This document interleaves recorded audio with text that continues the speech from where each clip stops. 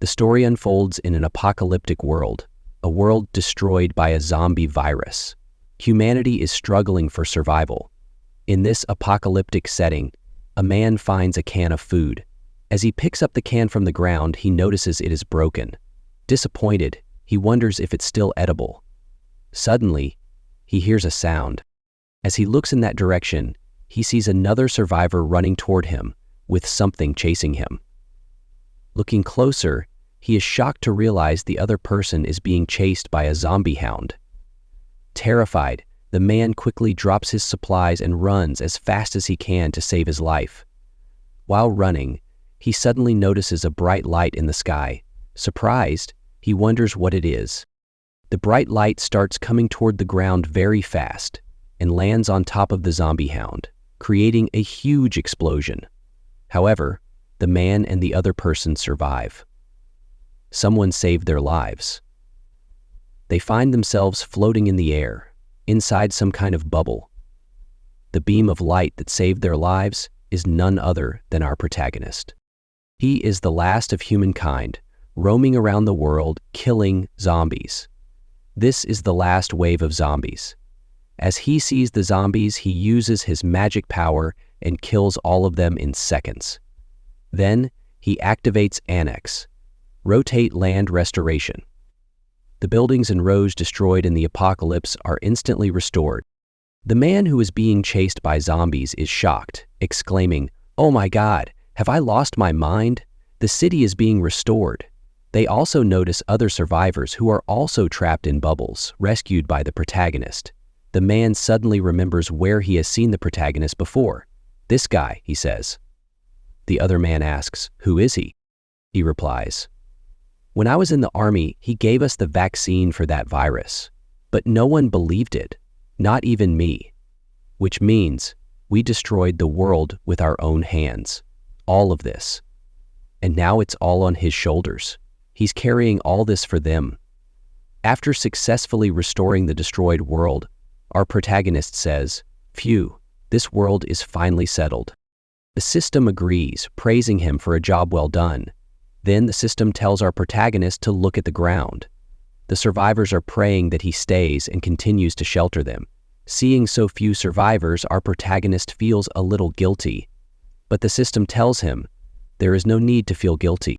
These people are enough to leave behind a spark of civilization that can thrive in this land again. This is the best possible outcome.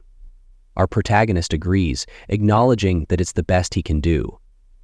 The system advises, "Considering your position, I suggest you not get too emotional." Meanwhile, the remaining survivors see our protagonist as a god or their savior.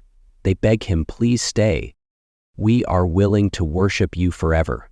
We need you. Please help us rebuild a new civilization. God, please don't abandon us." However, our protagonist apologizes to everyone, telling them that his mission in this world has ended. The ones who can save you now are yourselves. Remember that your survival is the survival of your civilization. After telling them this, he calls the system and says, "Let's go to the next world." The system responds, "I'm sorry, I didn't get that. But you could have just said, turn on the navigation." After that, the system opens a huge portal to travel to another world. Our protagonist travels to save a new world.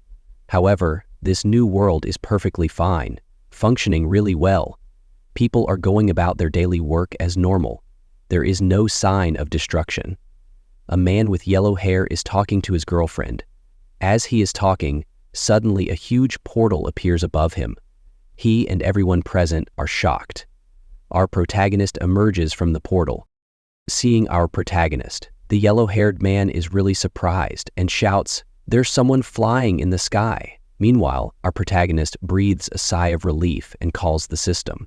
The system responds, explaining, "In the midst of an apocalyptic virus outbreak, you saved the lives of 2 million people. That's 0.28% of the world's population. He ensured the survival of their civilization. We are entering the summer of 28%. In a year, we would scarcely have had so large a viral outbreak." According to the rules of the system, he gets 1 point for each person he saves. so he earns 2 million points to spend on salvation items. The system congratulates him for becoming a certified doomsday savior. But our protagonist asks the system, "What's with all this color fuss, and what is this savior business? If I hadn't spent my points at the last moment to redeem the universal healing, I'm afraid that world would be a living hell by now. Even I can't get out of a situation like that.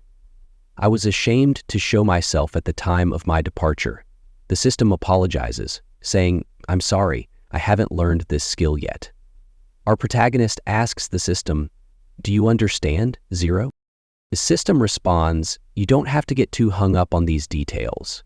A savior is only interested in the survival of civilization. 2 million people are enough to sustain humanity, and the flame of civilization will not be lost. That's all that matters." However, the system warns him, before you reach the 9th rank, you need 985,655,547,968 points. Please keep up the good work. Hannah huffed. Upon seeing the huge number of points, our protagonist realizes it's not going to be easy to get back home. Although it's true, he knows he must learn from the last experience. To earn more points, he decides, "I gotta stop trying to do it alone this time. Maybe I can create a group of people here who can be of use to me." As he thinks about this, a military helicopter starts approaching him. The system notifies him that he seems to be making too much of a scene. Upon hearing this, our protagonist asks the system, "Then, let's go somewhere else." He also tells the system, "Give me a detailed introduction about this world." After that, he uses a teleportation skill and teleports to a crowded place. The system explains to him, "This world that's about to be destroyed, Sector SAD 2342, Earth number SDE 878, has been in a stage of peace for a long time. Rapid economic growth has brought about spiritual needs and the development of the entertainment industry. The food industry is the most important one, and it's a low-magic world famous for its food." Recently, however, the whole world has been caught up in the negative effects of extreme weather, with frequent occurrences of high temperatures and extreme cold, floods and droughts leading to a drastic reduction in food and energy production and international tensions with small battles. Upon hearing this, our protagonist thought, "This world looks a lot like my world." However, he noticed 2 people in black suits following him. The system informed him that he'd been discovered and asked if he wanted to use his points to redeem and use the hidden identity item. But he said no, telling the system to save those precious points for later because he wanted to meet the forces of this world. Suddenly, someone called out to him from behind. A cute girl asked, "Sir, would you like to try Our Lady's new dish?" He initially told her he was very busy, but even after refusing, he eventually agreed. A man sitting nearby said, "I couldn't have imagined that Miss Mo herself would cook for us. What a lucky day." Another man agreed, saying, "Yeah, I heard it's her first banquet since her debut." The dream of eating food touched by the hand of a goddess. Suddenly, a voice said, "Sorry to keep you waiting for so long. Thank you for taking the time out of your busy schedules to come and participate in my food-tasting banquet." It was Miss Mo. She told everyone, "Today, I prepared a Chinese pastry for you. It's called Blossom Among the Flowers." As she clapped, the waiter started serving the dishes to everyone. Our protagonist was really surprised after seeing the food of this world, thinking it looks just like the beanbag DLC, but as he tasted a little bit, he was shocked, wondering, "What's this? The smell instantly invades my entire nostrils. It feels like I ate the whole spring. So delicious." Ever since he got the system, he hadn't eaten food in a long time. Suddenly, Miss Mo noticed our protagonist. She approached him and asked, "Sir, I wonder what you think of my work." He replied, "It's so good and delicious. It's making me love this world. You have created such wonderful things for this world. Therefore, the civilization of this world should not be destroyed." Nervous, Miss Mo told our protagonist, "I don't quite understand what you mean. Could you explain? But our protagonist replied, I'm afraid I don't have time to explain, because the people who were looking for me are already here. The two men in black suits, who were following our protagonist earlier, stepped forward. Ms. Mo asked them who they were. One of the men showed his ID and said, I am Chief Choyung Zhang from the Special Affairs Bureau, and we need to talk to the gentleman behind you. Miss Mo, angry, said, That's so rude. This is a food tasting banquet. You don't realize the importance of this, do you? As a chef, I won't allow my guests to be interrupted before the meal is over. The man in the black suit told Miss Mo to cooperate with them, adding, Of course we honor your position as a chef. It's just that he's not an ordinary person. Our protagonist replied, In just a few hours, you managed to pinpoint me, mobilizing surveillance in cities and large corporations. It seems that, in every aspect, you're in the top rank of executives and coordinators. The man in the black suit angrily asked our protagonist, What's your purpose? Our protagonist said, That's a very straightforward question. Why don't you come and see for yourselves? He then called the system and a huge magic circle appeared below them. The men in black suits were shocked as the system started projecting the future of their world. Plane 5, a 0, 2, 3, 4, 3, Earth number 5878, is about to be destroyed. In 3 years, earthquakes, tsunamis, and many more disasters are going to happen in this world. The system explained, In short, my identity is, I am the savior of your world. Our protagonist told them, My purpose is to save the world from destruction. The man in the black suit, not believing his eyes, questioned the end of the world. The savior, what the hell are you talking about? Why should we believe you? Our protagonist responded, I can relate to someone who can manipulate time because luckily, I am also a practitioner. Let's make a bet, the man in the black suit asked. What bet are you talking about? Our protagonist explained, As a meeting gift, I will give you a few prophecies to verify for yourselves. I bet that when my prophecies come true, the arrogance with which you now face me will be gone. And you and those behind you will believe that, because only I can save the world that's about to be destroyed. To prove this, our protagonist gave a disaster prediction note to the man in the black suit. Upon seeing this note, the man in the black suit was really shocked, wondering, How is this possible? Our protagonist told them, You and your superiors will need some time to verify my prediction, won't you? But do not delay the rescue response. The man in the black suit read the note and saw, Tonight at 5:11 a.m., a 5.7 magnitude earthquake is about to hit Songshan County, killing 3 people. At 9:28 p.m. today, a 6.2 magnitude earthquake and tsunami will hit the coast of Viramala, leaving 123 people missing. Today at 11:32 p.m., Flight A3562 to West Asia will crash due to extreme weather conditions, killing 175 people.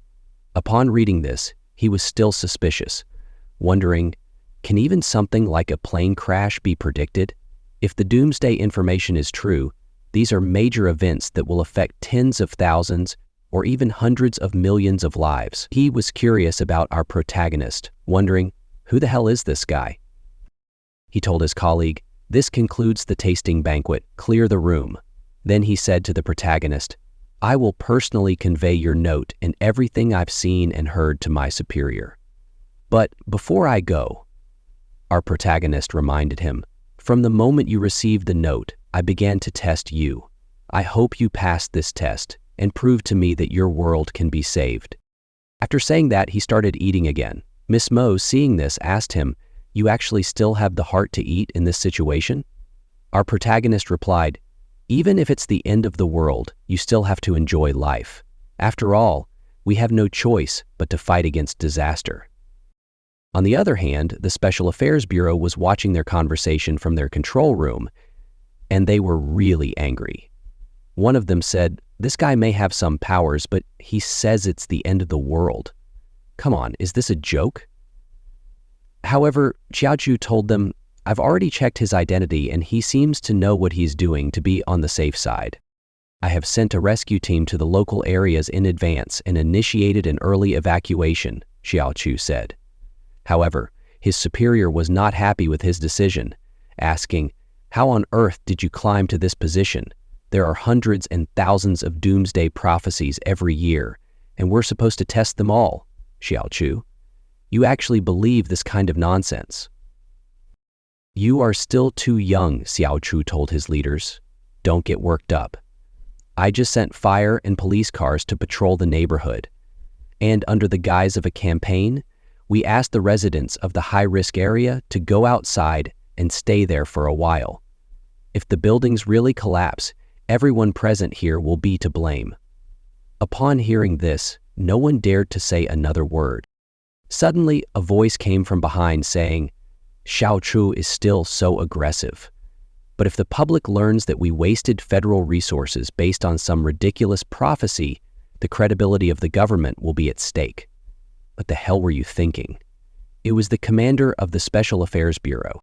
The commander's assistant added, "Songshan County isn't even in the earthquake zone, and there's no trace of any earthquake. It's only 100 kilometers from the capital. Are you going to take responsibility for the public statement this will raise?"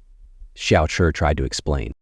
"Commander, you have always taught us that the purpose of the Special Affairs Bureau is to be responsible for the safety of the lives and property of the people faced with such an unexpected incident. Instead of directly denying it and causing immeasurable losses, why not just believe him once?" The commander retorted, "Whether or not this man actually possesses powers has yet to be investigated. But one thing is certain, if they're not from my race, their hearts are different." Meanwhile, the man who received the note from our protagonist told Xiao Chu, "There is less than a minute left until the first prophecy comes to pass. We just have to wait." The commander's assistant told him, "There's no need.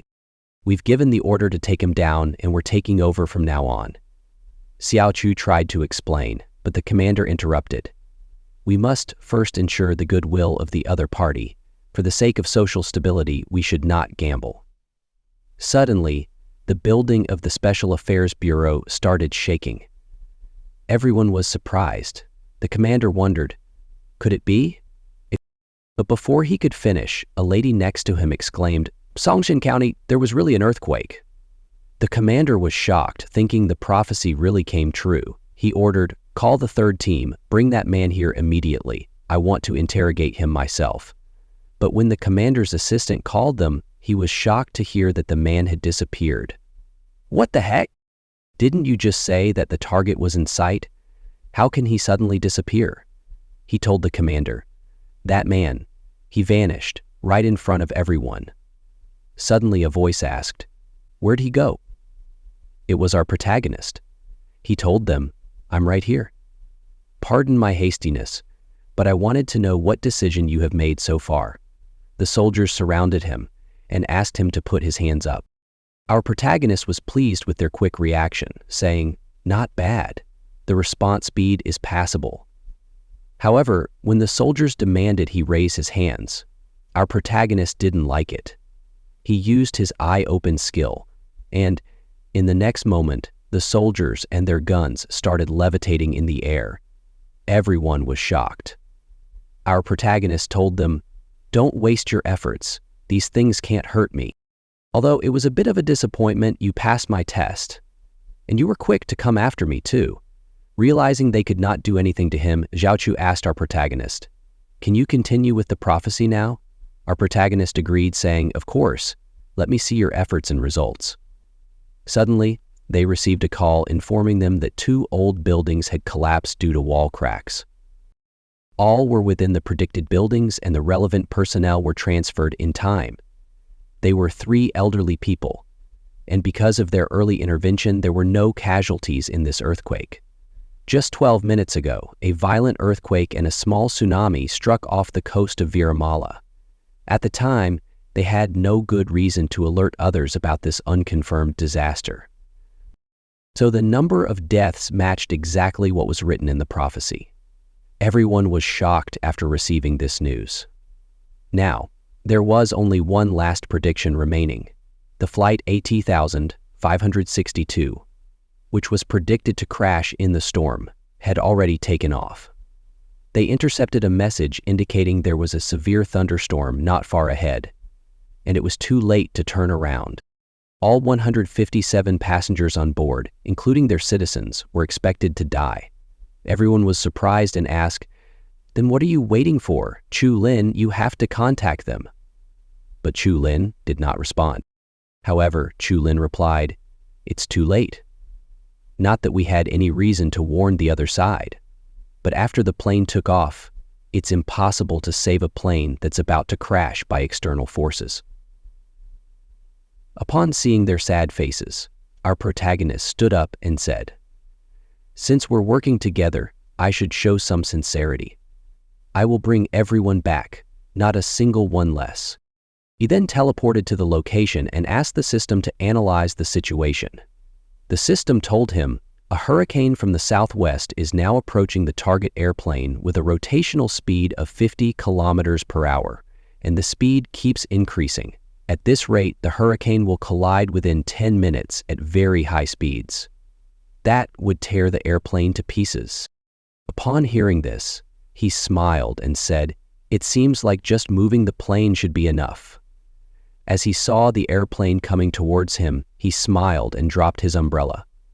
Then he used sorcery, manifestation of lightning, transforming intangible lightning into a tangible existence, converting immense energy into immense power.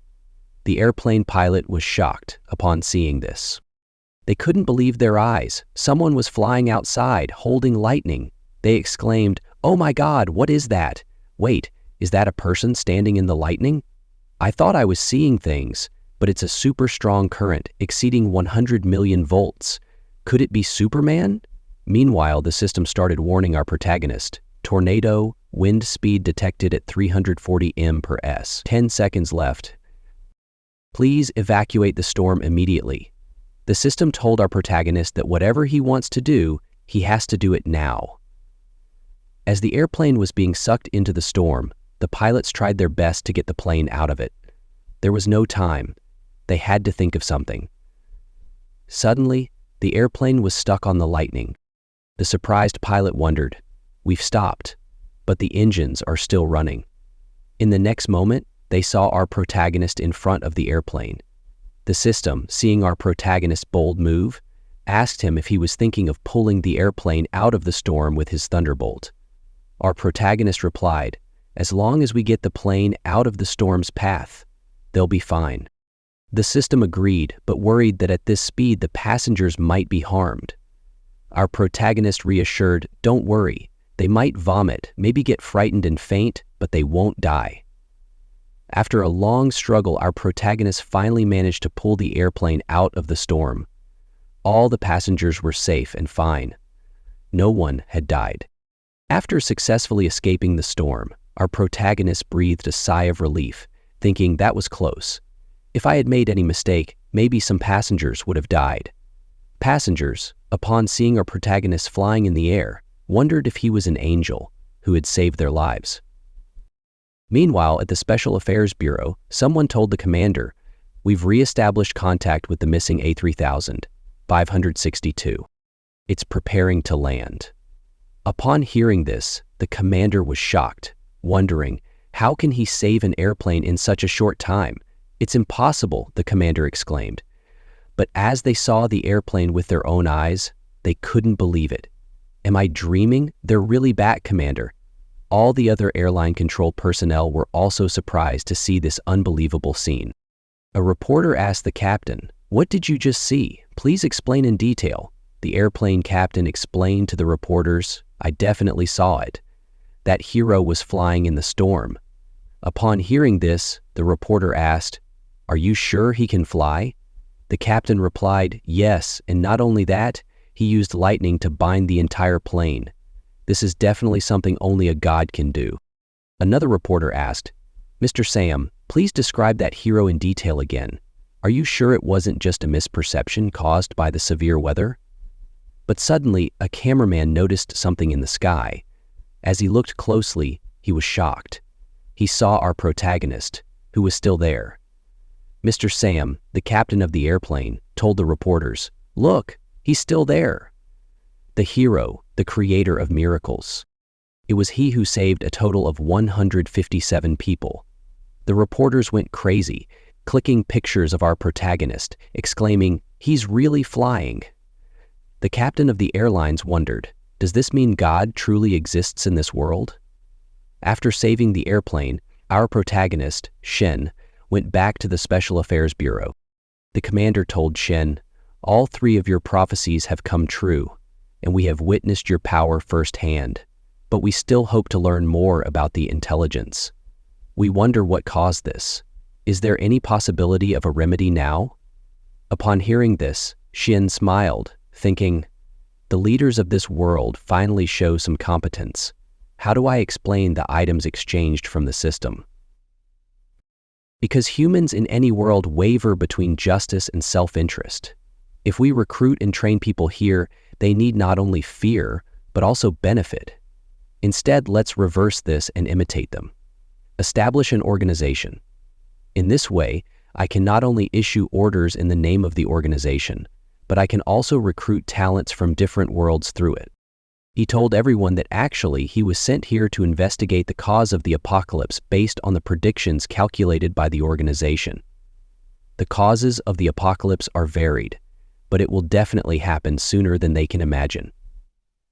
Upon hearing this, Xiaochu asked Shen what kind of organization he works for. Shen explained that the organization he belongs to is called the Universal Order Preservation Association. It constantly observes the operation of different parallel worlds. When the association predicts that an apocalypse is imminent, it sends a savior envoy to investigate the cause and work with the locals to save the world. Curious, Xiaochu asked Shen if his organization must be a high-dimensional civilization that controls the fate of countless worlds. He assumed there must be many powerful envoys like Shen there. However, what they didn't know was that Shen had only recently invented the organization upon arriving in this world, and he was the sole member. But the system told Shen that although his words were confusing, if he wanted to start an organization in this dimension, then the organization members must include the system as well. Technically, they were two people, Shen said. Shen then told everyone, according to the predictions, that 3 years later, on Earth SDE 878, human activity would almost disappear, and the remaining flame of civilization would be extinguished. This would mean the extinction of humanity. Upon hearing this, everyone present in the meeting room was shocked. The commander questioned Shen, asking if the apocalypse was inevitable. Shen, what preparations should they make? What plans needed to be implemented? He asked Shen, who had shown great power, if he had the strength to resolve these disasters. Shen, relaxing in his chair, replied, "The situation is becoming serious. It seems you're willing to cooperate now?" The commander apologized to Shen for doubting him before, explaining that they also had to consider the impact. He asked for Shen's forgiveness. However, Shen told him not to place all their hopes on him, and then showed them a video projection of a world he had previously handled. He explained that in less than a year, that world was nearly wiped out by a zombie virus. The reason here is similar. A lot of early events were used to test him. However, when he finally found a way to save them and reached out to help, there were fewer than 2 million people struggling to survive on the entire planet. Yet the association still judged that I had completed the task of saving humanity. Do you know what that means? Upon hearing this, everyone began discussing what he meant, though no one seemed to know the answer. But Xiaochu spoke up, telling Xin that what he saved was humanity, not just the number of people. Hearing Xiaochu's answer, Xin nodded and said, "Yes, regardless of the number of people, as long as civilization can continue, the association does not care about the loss of many lives. So when disaster strikes, the choices you make as leaders are what can turn the tide, not me, the commander." On hearing this, Katsugaya remembered an ancient king who led his tribe to build a dam to control floods when disaster struck. He remarked, "As his descendants, we will never choose to sit and wait for death. Shin thought to himself that this world was similar to his, even down to the stories of controlling floods. The commander then told Shin to rest assured, as he would report to the top immediately and grant him the authority to mobilize all resources as quickly as possible. They saluted Shin, vowing to prove themselves through their actions so that he would not regret his choice. After handling all matters related to the Special Barua Association, Shin returned to Ms. Mo's hotel. Sighing, "The chaos has finally ended. I hope there are some leftovers. Even saviors have to eat." As he enjoyed the beautiful view from the window, a voice suddenly called out to him from behind. It was Mo Yuanbai, Miss Mo's father. He introduced himself as the current chairman of the Mo family group, saying it was an honor that his daughter Mo Chu's cooking had been recognized by Mr. Shin. Mo Yuanbai shook hands with Shin and told him that he had just instructed Mo Chu to prepare a good meal so they could talk while eating and discuss the matter of the apocalypse. Upon hearing this, Shin smiled and asked Mo Yuanbai, "Do you believe it?" Mo Yuanbai laughed and said, "Not to mention me, even my daughter doesn't believe in any apocalypse. But I can see that you are definitely a powerful person with extraordinary abilities, and that's enough to be worth investing in. Just your charisma alone could attract a large number of loyal followers. Moreover, our East lacks a true superhero. By leveraging your abilities and the topic of the apocalypse, we could create something monumental." However, Shin interrupted, asking Mr. Mo Yuanbai, as one of the few people who controlled the world's resources, if he had already learned about the predictions and disasters from special affairs. Shin told him, "I'm just a small businessman, and what I fear most is instability. If the whole world falls into panic, there's no need to test my motives. Whether you believe it or not is up to you. What you are most afraid of is the turmoil caused by the apocalypse, affecting your assets and business, right?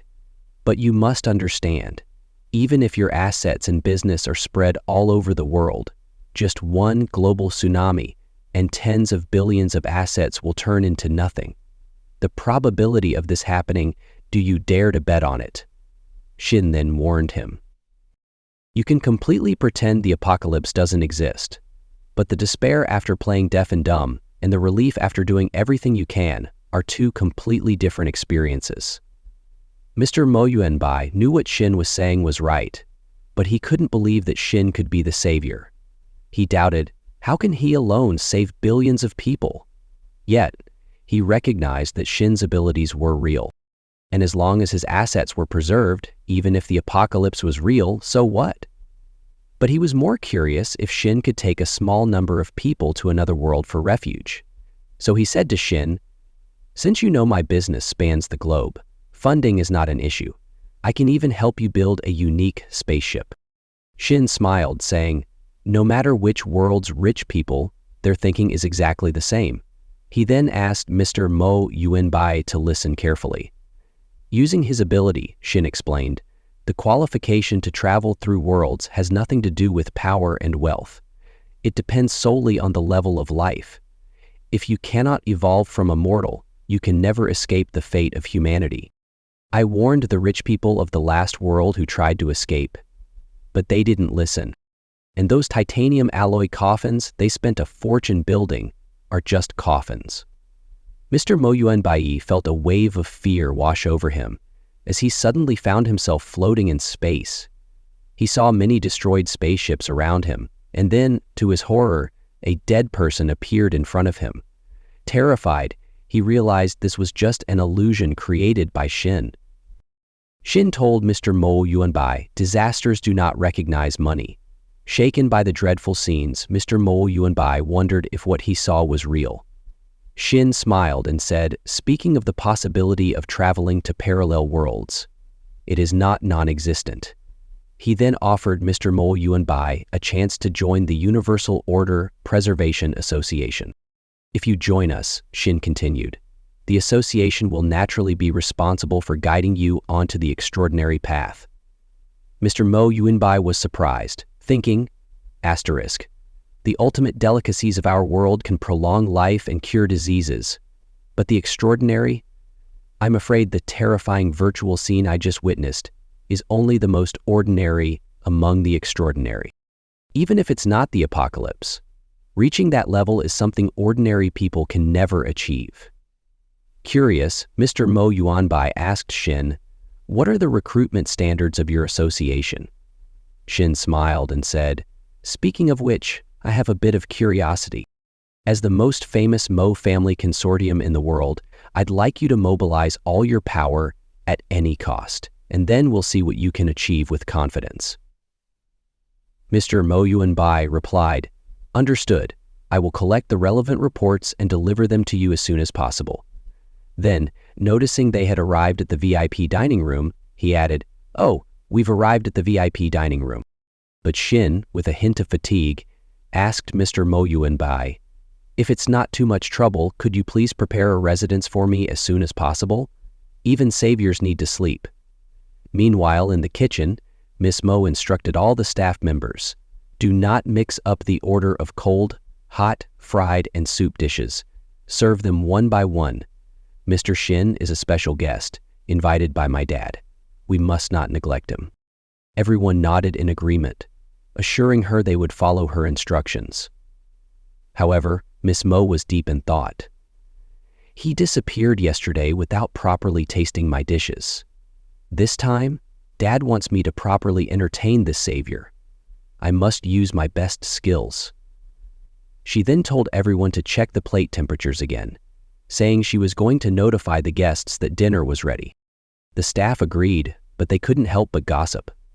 "Can you believe Miss Mo herself went to invite him? This savior must have high standards," one whispered. Another quickly hushed him. "Keep your voice down. They say he can predict disasters." Mr. Mo believed in him a lot. Suddenly, a scream echoed through the hall. Everyone froze, wondering what had just happened. They quickly rushed toward the main hall, telling someone to call security. But as they reached the main hall, they were shocked to see Shin standing in front of a hologram of Earth, where a system voice announced, "In this plane crash rescue, both pilots immediately identified this contour and jointly disseminated the action plan. You saved a total of 238 lives and earned the equivalent points. Current points, 1,270,000. However," Shin looked concerned, "natural disasters like earthquakes are happening so frequently, the mysterious measurements are also normal, so it seems more like a scientific crisis," he thought to himself. Ms. Mo, who had just arrived, was stunned by the scene. She asked Shin, "Is this the plane crash you prevented yesterday? Did you really save 238 people?" Shin replied, "Compared to billions of people, a couple of hundred really isn't much. If I want to save more people, I'll need a bit of external assistance and luck." Just then, the system notified Shin, "The Doomsday Lottery is now open. Please use the corresponding points to redeem lottery chances. Each draw cost 1,000 points. You currently have 1,000 points left." Shin instructed the system, "Start with a 10-time draw." Ms. Mo, still processing what was happening, asked, "Is this a card draw game?" Shin explained, "The association places high-tech items from different worlds inside, relying on points to draw. Unlike games, this is purely luck-based. The fate of all humanity in this world is tied to my luck. The only sure way is to use a lot of points to empty the prize pool." The system redeemed 1,000 points and began the first 10 draw of the new world. A blinding light filled the room, causing everyone to shield their eyes. The system announced, "Congratulations, Shin, for obtaining a blue-quality artificial mini-sun." However, Shin was not pleased. "I already have nuclear fusion technology, so this is useless to me," he muttered. Ms. Mo, in disbelief, thought, "Nuclear fusion? Can I even comprehend that? This should be a military-only weapon.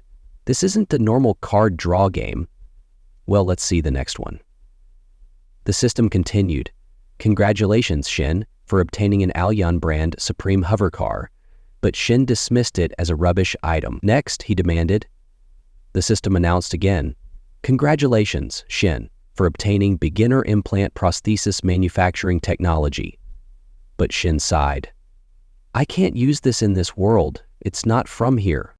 It can only be used on track 2077.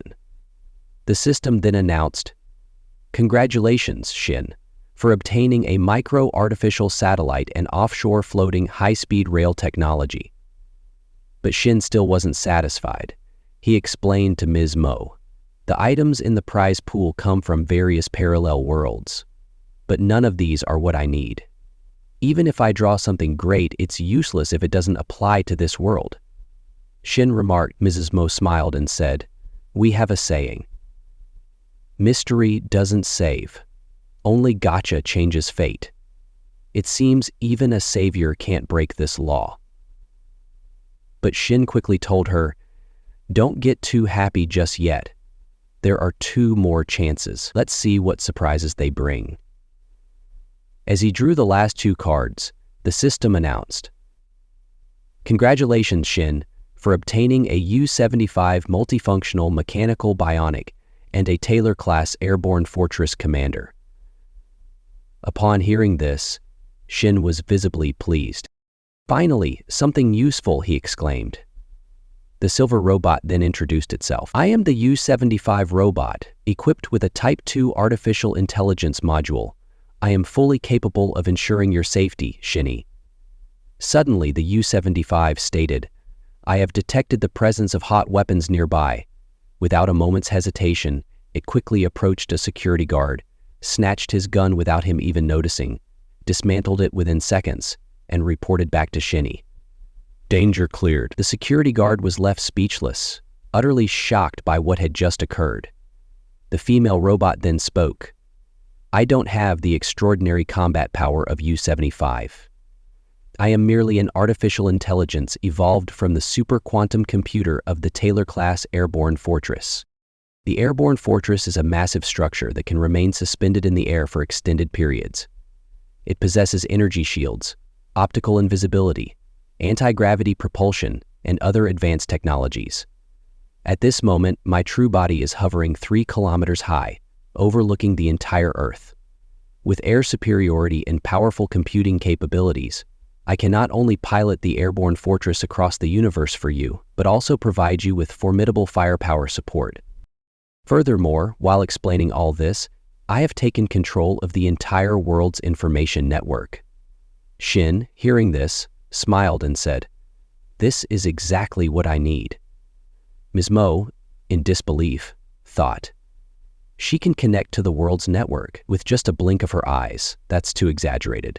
The female robot then began reciting the background of Ms. Mo's staff.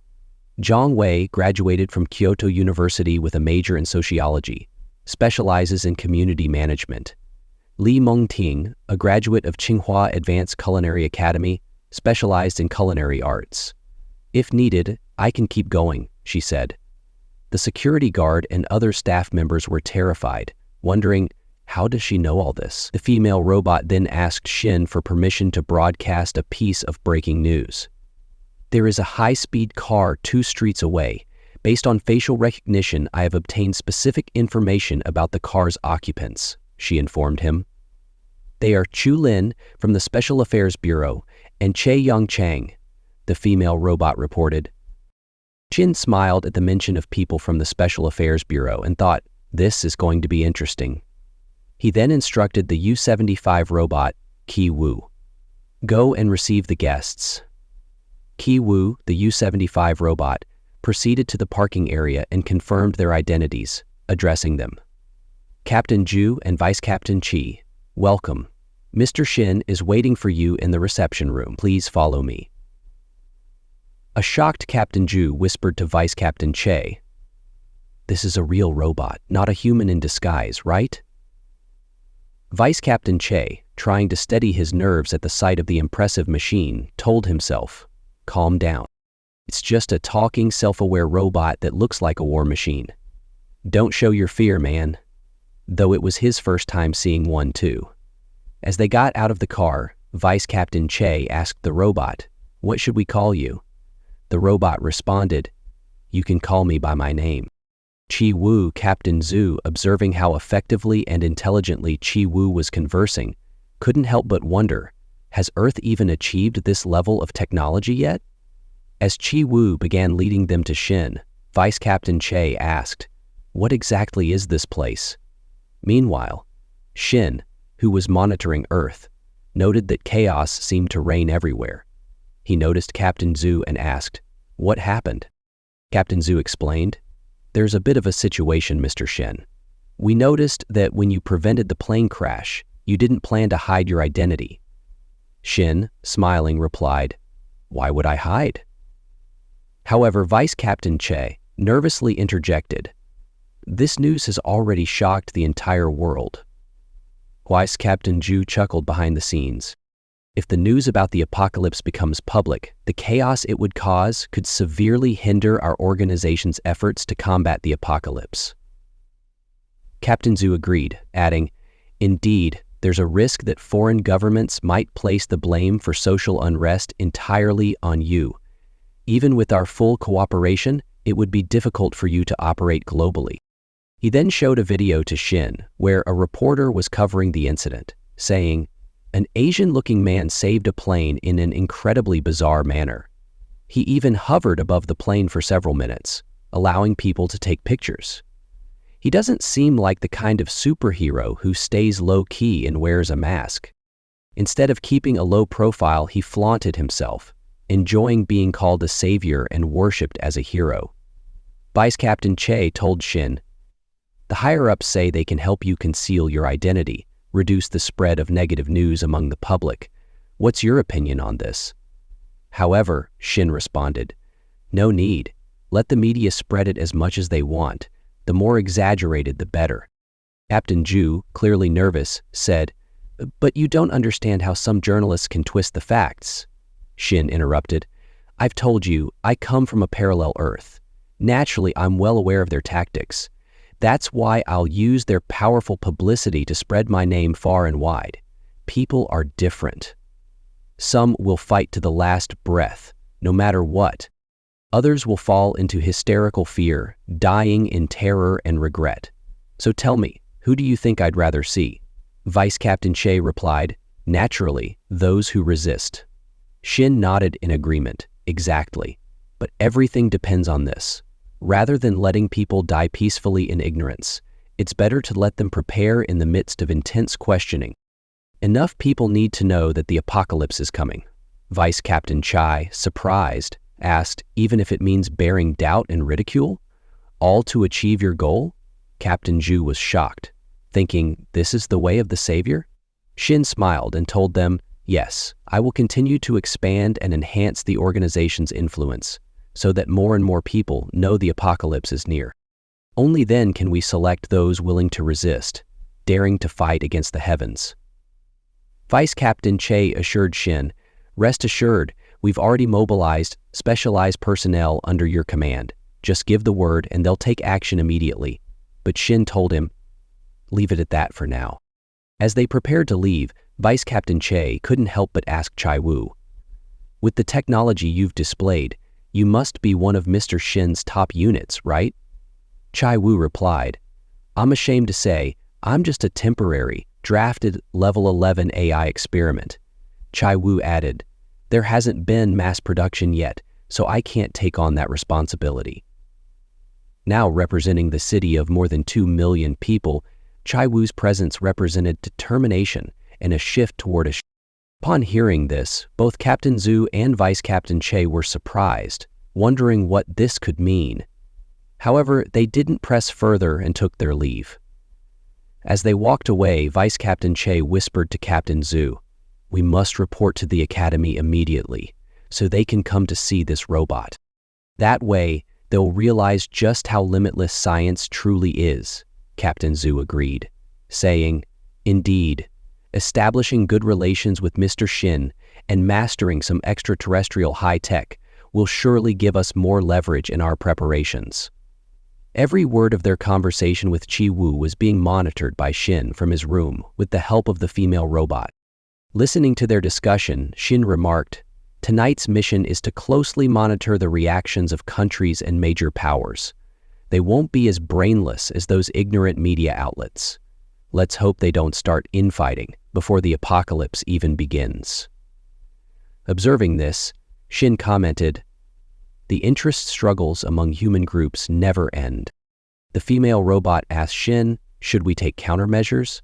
But Shin replied, "No need. To survive at any cost, a bit of selfishness is within my tolerance. Anyway, they can't harm me." Standing up from his seat, Shin said, "We also need to start preparing." He then commanded the system, "Exchange points, QI, for gold disaster predictions." The system consumed the points and displayed the following predictions. At 4:20 a.m. tonight, a fire will be triggered by a lightning strike at the Emden Supreme Apartments in Faro City, resulting in 525 deaths and 236 injuries. On August 11th, at 7:15 p.m., a magnitude 5.3 earthquake will hit Libu City, causing 12 deaths and 128 injuries. On X year, X day, at 3:24 p.m., the Lucendo volcano cluster will experience an explosive eruption, with airflow and volcanic ash burying Bayan City, Dubauman City, Tian-Erbi City, and surrounding areas, causing 5,6,0,0,0 deaths. On X month, X day, the eruption of Mount Narasame will trigger a ground collapse. On X month, X day, at 3:42 p.m., the Chalons volcano will erupt. Upon seeing these disaster predictions, Xing realized that a global volcanic eruption was imminent, happening in just a week. The deaths of at least tens of millions were just the prelude. He then instructed Ding Xiang, the female robot, issue a warning in the name of the association. Tell them, anyone who doesn't want to die better behave.